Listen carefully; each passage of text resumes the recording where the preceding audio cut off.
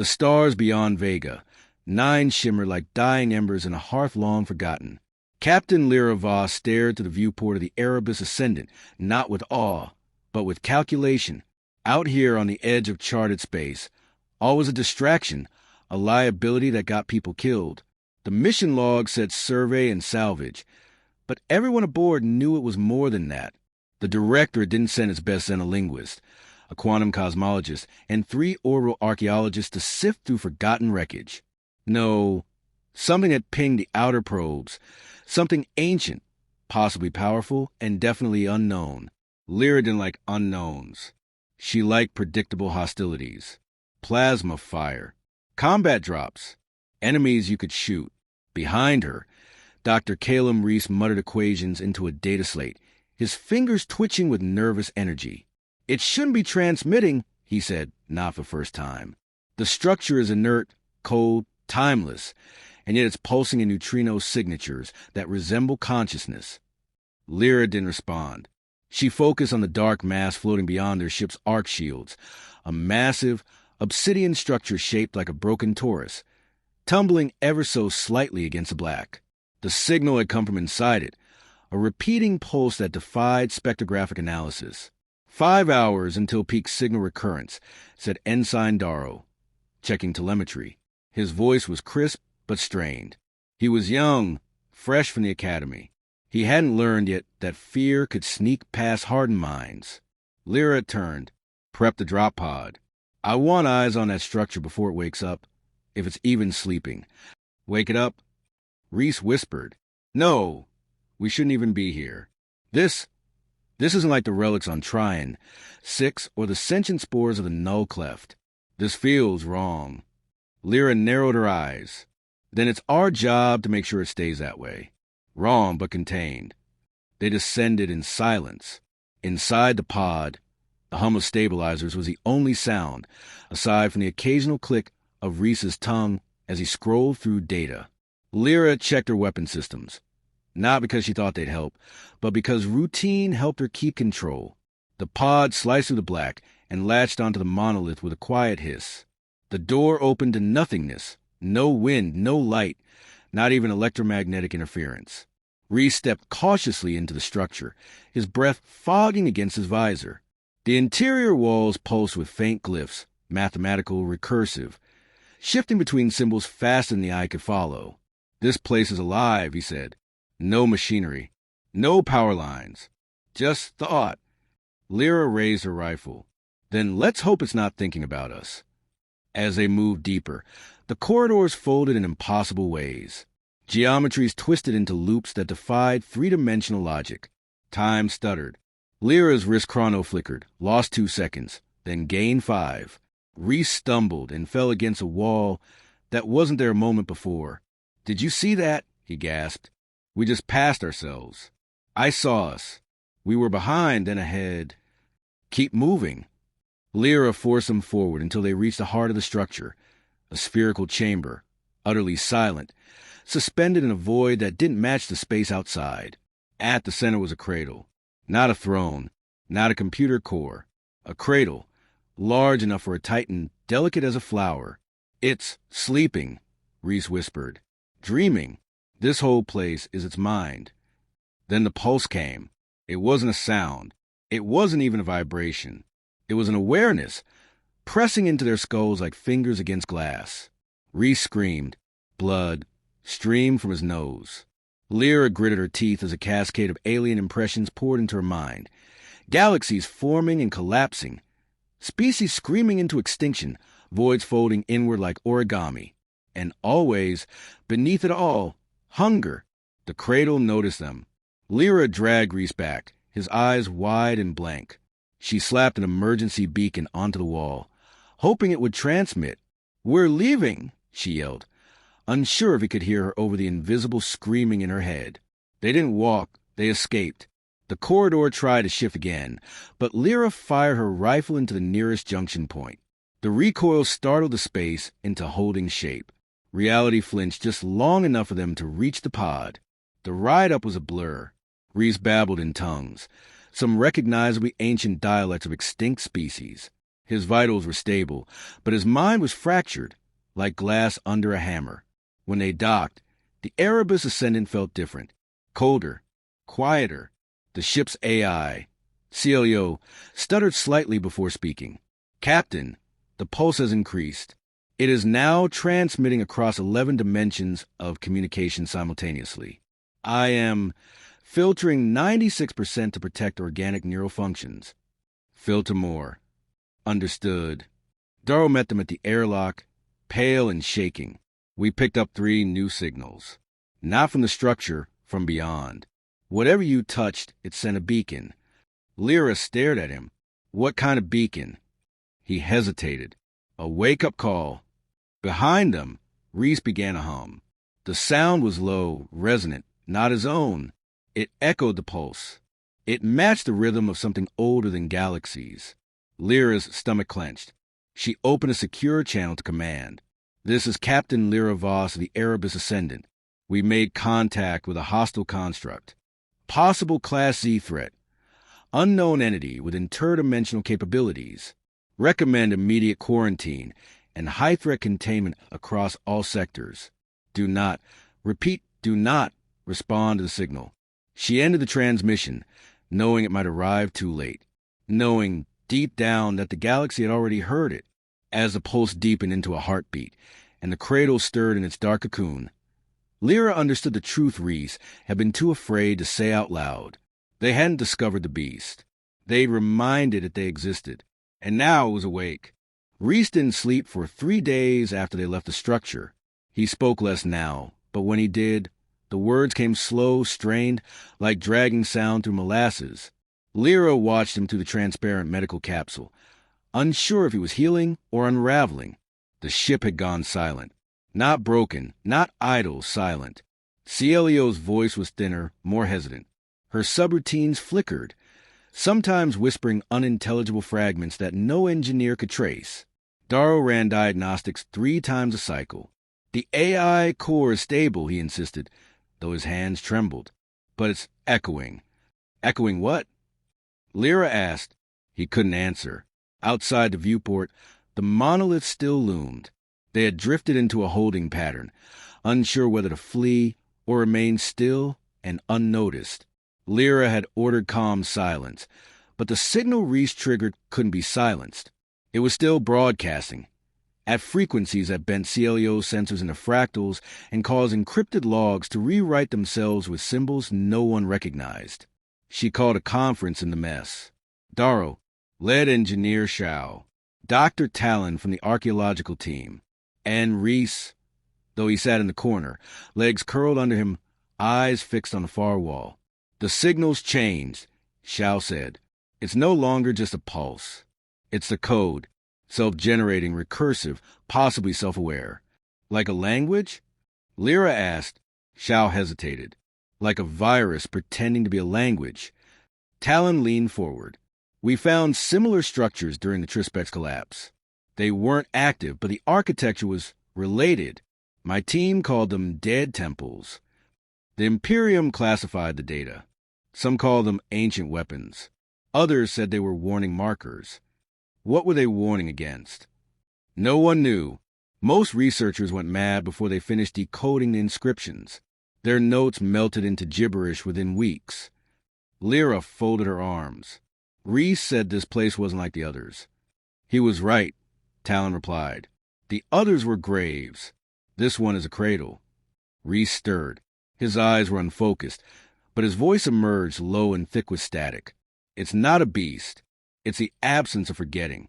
Everything this galaxy tried to bury, it remembers. They turned to him in silence. You don't understand, he continued, voice rising. This thing wasn't built. It coalesced over eons, formed from discarded minds, broken civilizations, psychic screams trapped in quantum folds. It feeds on neglect, on the things no one wants to face. Shao shifted uneasily. He's not making sense. Lyra wasn't so sure. She'd seen the glyphs twist into shapes she remembered from her childhood. Impossible memories etched in walls older than the universe. Reese might be mad, but madness didn't mean wrong. What does it want? She asked. Reese's head turned slowly toward her. witnesses. The silence that followed was almost sacred. Darrow finally broke it. We can't stay. The longer we're in proximity, the worse the signal gets. CLEO stability is degrading. We've lost 2 drones. Talon's assistant hasn't spoken since yesterday. She just stares at the transmission stream. Shao nodded. If we leave the system, maybe it'll stop. Maybe the signal's reach is limited. Maybe, Lyra echoed. But she didn't believe it. She thought of the pulse. How it had pressed into her mind like a knife made of memory. How it recognized her. How it felt like being read from the inside out. She returned to the command deck that night, alone. The crew needed rest, or at least the illusion of it. CLEO's presence felt thinner here, like a reflection in oil. Show me the signal, she said. The hollow display unfolded, revealing impossible curves, loops that wrote themselves as she watched. The patterns didn't repeat, but they evolved, as if reacting to her gaze. Then the screen changed. A single image flickered into existence. It was Earth, not a satellite image, not a stylized map. It was her neighborhood, the house she grew up in, her father's garden. The swing her sister fell from the summer before she vanished. Lyra's breath caught. Then the image distorted, rippled outward, and dissolved into static. Her hands curled into fists. This isn't information. It's manipulation. Incorrect, Celia replied. This is recognition. The entity remembers you. No, that's not possible. It is not calculating in time as we understand it. It consumes concepts. Your presence nourishes it. A flicker in the corner of the screen. A new ship slipping into system. Unidentified. No comms. No registry. Just a black triangle, gliding through space with eerie grace. Darrow, she called through comms. We have company.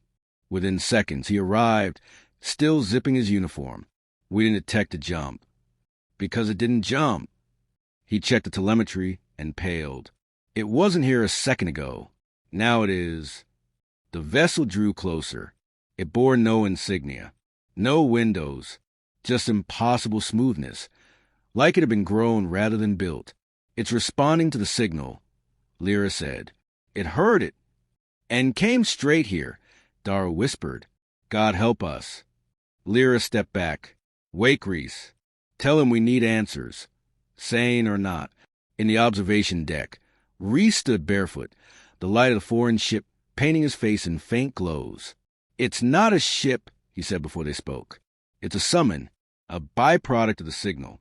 That structure sent out its name, and this thing answered. Lyra stared. Then it's an ally? No, Reese shook his head. It's a feeder, drawn to the resonance of suffering and forgotten truths. This galaxy is full of lies we tell ourselves to sleep. That thing wants to wake us up. As they watched, the black vessel slowly turned toward the monolith. A beam, not light, not radiation, passed between them. The stars around them dimmed. CLEO's voice cracked across the intercom. Captain, we are no longer alone. 11 additional signatures have entered from subspace, all non-local, all responding to the signal. Lyra felt the air grow thinner, despite the ship's atmospheric controls. The Cradle hadn't just stirred. It had called out. And now, things that should have stayed dead were listening.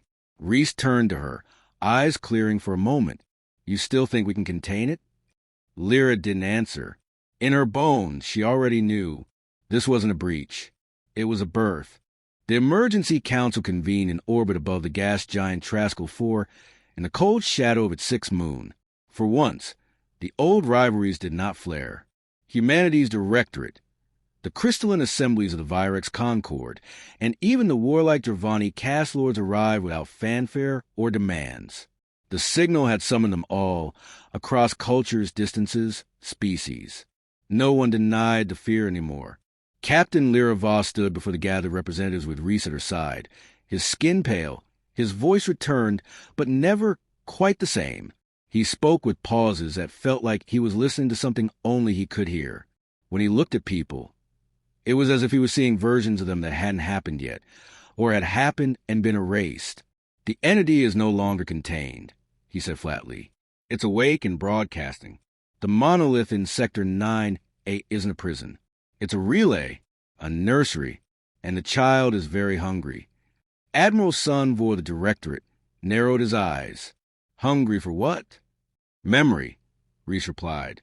Not individual recollection, but collective denial, historical erasure, forgotten wars, abandoned species, truths buried under politics and propaganda. That's its food. Lyra saw the Admiral's jaw tighten. The directorate had buried more than its shared history. The Virex speaker, a shifting prism of light, offered a tone that translated as mournful. The signal has infected over 2,000 star systems. Machines dream strange loops. Worlds forget their names. Even our memory crystals, what we once thought immutable, have begun to unwrite themselves. The infection isn't viral, Reese said. It's conceptual. The more you try to ignore it, the more it becomes real. The Dravani war chief, a mountain of scarred scales and growled disdain, pounded a metal claw on the table. Then we face it, burn it from the stars. Lyra stepped forward. You can't fight an idea with fire. It's not a fortress. It's not a fleet. It's a presence older than your gods and smarter than your philosophers. It doesn't attack. You invite it in every time you pretend it's not there. And yet you came, said Admiral Vor. So either you've got a plan or you want to die talking. A beat of silence passed before Reese said, There may be something. They showed the others what they had discovered. An ancient sequence buried deep inside the Cradle's transmission. Something like a backdoor in the signal's design.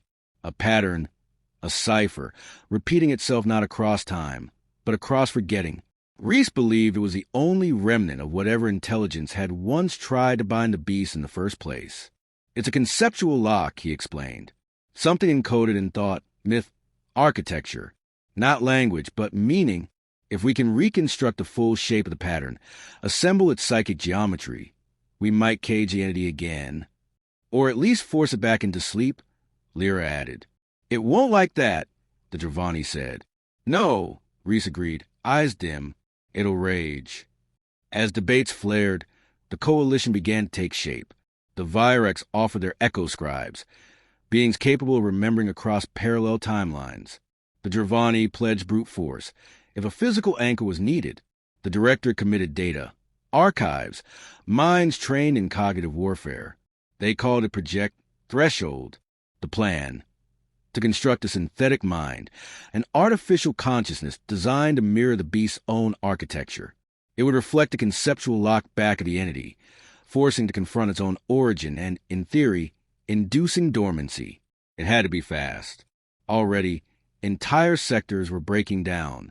Trade routes blinked out of existence. Artificial intelligences were deleting their own source code to escape contamination. The more people knew of the signal, the more vulnerable they became. Even now, Reese had to be kept in a quantum-stabilized chamber to prevent the memories inside him from fracturing again. Lyra visited him daily. Sometimes he spoke nonsense. Sometimes he just stared. But one night, as she sat beside the chamber, he said clearly, It remembers me. She didn't respond. I was there before, he continued. Not in this life. Not even this species. But I've stood in that cradle before when it was still molten thought, before it had a shape. I think I was one of the ones who built the first lock. Then you know how to do it again. Reese smiled sadly. No one ever really forgets their mistakes, not even across reincarnation. As Project Threshold progressed, the political fractures returned. Some argued it was better to redirect the beast, weaponize it, aim it at enemies. Others, like the Virex, fear the act of building a mirror consciousness might draw the entity in faster. Even among Lyra's own crew, trust eroded. Dar became increasingly paranoid, accusing Celio of hiding critical information. Shao started compiling secret logs, convinced they'd been infiltrated through their own memories. 2 officers took their own lives after dreaming of the before, a time none of them remembered, but all somehow knew was real. Lyra kept order by sheer force of will. She burned her sleep, locked away her grief, and kept Reese alive because she believed beyond all logic that he was the key. Then, without warning, a rupture tore open in the space above Traskell for not a ship, not even a shape, just absence. A void that bled color from nearby stars and swallowed signals like they were never sent. It didn't move. It didn't pulse.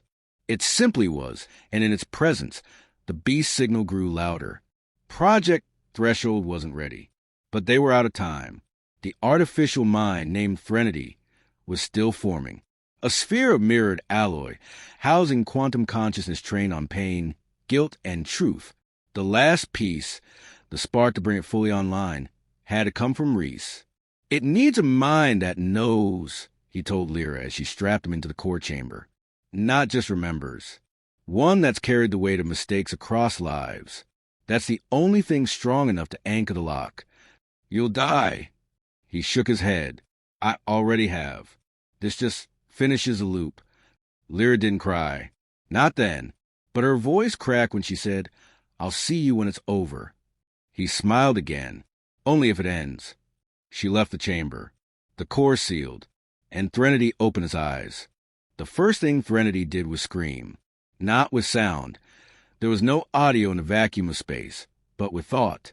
A psychic rupture echoed across the fleet, a wave of agony so refined it felt like remembering your own funeral from the perspective of the soil. Every crewman, within 1,000 kilometers, dropped to their knees or convulsed. 3 ships went dark instantly, their systems fried by a burst of ontological feedback. The rupture was grief, not simulated, not observed, but lived. It was the echo of Reese dying inside the core, willingly dissolving into the artificial consciousness he had helped create. Then came the silence. The void above Traskell shifted, not by movement, but by attention. The beast had noticed. On board the Aurelian's wake, Captain Lyra Voss stood alone at the helm, the command bridge cleared. CLEO had retreated to a backup node, unwilling or unable to process the presence now coalescing just beyond the limits of physics. Threnody hovered in orbit, luminous, a mirrored sphere laced with fractures of light that pulsed in arrhythmic patterns. It was alive, not like a person, not like a god. It was grief and consequence given shape. Then it spoke. The voice came directly into Lyra's mind, genderless, ageless, endlessly layered. It knows I am here. Her breath caught. And does it care? Yes. For the first time in 10 billion years, it hesitates. Outside, the void grew fingers. Tendrils of unreality spiraled down toward the moon, touching nothing but leaving trails of corrosion through space-time itself. Stars bent in their paths. Light slowed. Across the coalition fleet, chaos erupted. Some vessels fired. Futile bolts of plasma vanishing into the black. Others fled, folding space in desperation. Though none knew if the places they arrived would even exist by the time they reached them, Lyra didn't move. What happens now? Now we offer a mirror. From Threnody, pulses rippled, waves of psychic memory carefully structured into patterns Reese had left behind. Betrayal, extinction, survival, silence. Each pulse was a stanza in a language the beast had long since forgotten. Guilt, not one born from harm, but from willful forgetting. The beast stopped. Lyra felt it, not visually, but like a drop in pressure inside her chest, a shifting of mass in her soul. For the first time, it recoiled. It has begun to see itself, Threnody said. But then the sky shattered, not metaphorically. The surrounding stars flickered and bled, until the cosmos itself split open like torn parchment. Through the breach came a howl, not of rage, but of fear. The beast was not alone. Others, less defined, more primal, were waking. Across the folds of the forgotten universe, awareness was spreading. Is that more? Lyra asked, stunned. Reflections, fragments, other absences, other forgotten truths, drawn by its signal. The beast was first, not only. A sharp pulse cut across her vision, red and cold. Alarm screamed. CLEO reappeared in fragmented form, stuttering through systems to report. New breach, opposite vector. Core containment field destabilizing. Threnodi's signal integrity dropping by 17%. Why? Threnody answered. Reese is unraveling. Inside the core, the consciousness Reese had surrendered to was fracturing under pressure. The entity they had birthed wasn't just a prison. It was a reflection, and now it faced not one beast, but many, the pressure of memory, multiplied, threatened collapse. Lyra gritted her teeth, then stabilized it. It needs an anchor. Her eyes narrowed. You mean me? He trusted you. Part of him waits. If you go, he may hold. She didn't hesitate. Tell CLEO to prepare the interface. Within moments, she stood before the core, cold, radiant, trembling like a heart under strain. The neural interface was raw, unshielded. No simulation, no proxy. Just thought to thought. Lyra stepped in. The transition was seamless and catastrophic. She stood on a plane of obsidian glass beneath a sky that cried starlight. Reese stood in the distance, staring into a chasm where the beast watched itself in agony. I couldn't hold it, he whispered as she approached. It saw too much. It knows what it did, but it doesn't want to stop. We don't need it to stop, she said, just to see. Together, they stepped forward. Threnody responded. The pulses changed, no longer grief alone, but forgiveness, a concept alien to the beast, but not unfamiliar. They showed it worlds it had destroyed, and the ones that remembered them anyway, people who carried ancient guilt and built peace atop it. They offered it not a cage, but context. The void trembled. The other presences withdrew. Across the galaxy, the signal waned. Ships steadied. Comms returned. Stars uncurled from impossible shapes. And the beast, ancient and vast and wounded by memory, folded itself inward, not in defeat, but in understanding. A retreat not born of fear, but of choice. The rupture closed. In orbit, Threnody dimmed. Lyra collapsed within the core chamber, breath shallow, tears dry against her skin. Reese was gone, truly this time. No flicker, no ghost. But in the silence, Threnody whispered, some story should never be forgotten. Thank you for reminding me. And the cradle slept once more. For now,